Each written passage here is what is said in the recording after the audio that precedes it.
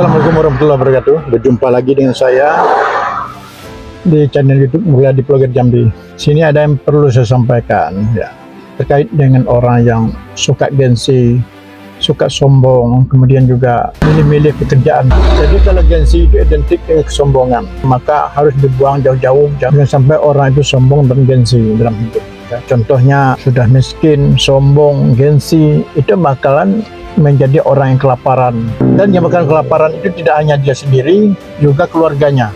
Nah, untuk itu buang jauh-jauh itu kesombongan, keangkuhan, apalagi gengsi di dalam hidup itu tidak boleh. Contoh misalnya kita sebagai pekerja, pedagang sayur, jangan sombong, jangan gengsi. Kita lakoni dengan serius pekerjaan kita, dengan penuh kebanggaan, dengan penuh semangat. Memang pekerjaan itu kan berawal dan berasal dari kita mencintainya dan membangga-banggakan pekerjaan kita. Ya, kalau kita sebagai pedagang sayur, kita bangga dengan dagangan kita, dengan kita membanggakan, dengan kita merasa puas dengan kerja kita itu, otomatis hasilnya akan meningkat. Mudah-mudahan akan meningkat. Kita sekaligus merasa bersyukur dan mensyukuri apa yang kita dapatkan dan apa yang kita lakoni dalam kehidupan sehari-hari itu. Nah, maka dari itu buang kesombongan dan keangkuhan serta dengan gengsi dalam hidup itu. Tidak ada gunanya gengsi. Kalau perlu kerjaan kita itu, kalau kita memiliki katakanlah itu medsos ya, apakah itu TikTok, IG, Facebook, YouTube misalnya, kita masukkan, kita upload tugas dan kegiatan kita sehari-hari di dalam medsos itu, dan kita bangga, kita berjualan, kita penuh dengan keramahan, melayani orang-orang yang berbelanja, yang membeli dagangan kita ya. Kemudian juga kepada orang yang mempunyai profesi lain misalnya ya, katakanlah dia itu kuli bangunan, sebagai petani, sebagai pedagang keliling atau pedagang asongan misalnya. Lakonilah pekerjaan kita itu dengan penuh keramahan, tidak sombong, tidak gengsi kepada siapapun, baik itu kepada orang lain maupun pada pembeli kita sendiri. Justru kita harus ramah.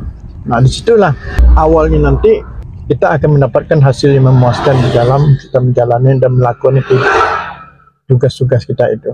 Ini ada orang yang sombong, bisa saja mereka itu malu, gengsi, kemudian terpaksa. Kita jangan mengerjakan sesuatu atas keterpaksaan dan merasa terpaksa ya.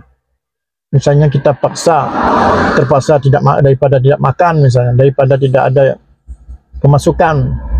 Jangan itu. Begitu kita melakoni sebuah pekerjaan itu, maka kita otomatis mencintai, membanggakan dan mengelus-eluskan pekerjaan kita itu.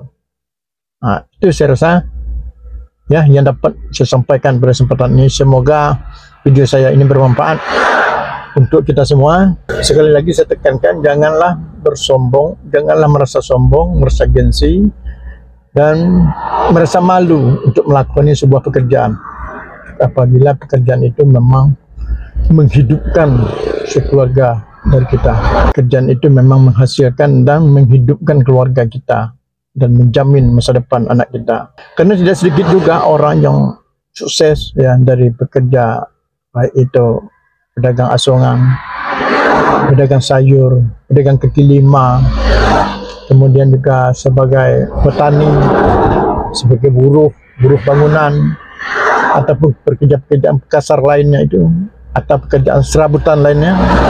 Intinya kita bangga dengan pekerjaan kita, mencintai pekerjaan kita, dan kita elus pekerjaan kita. Demikian, semoga bermanfaat. Terima kasih. Assalamualaikum warahmatullahi wabarakatuh.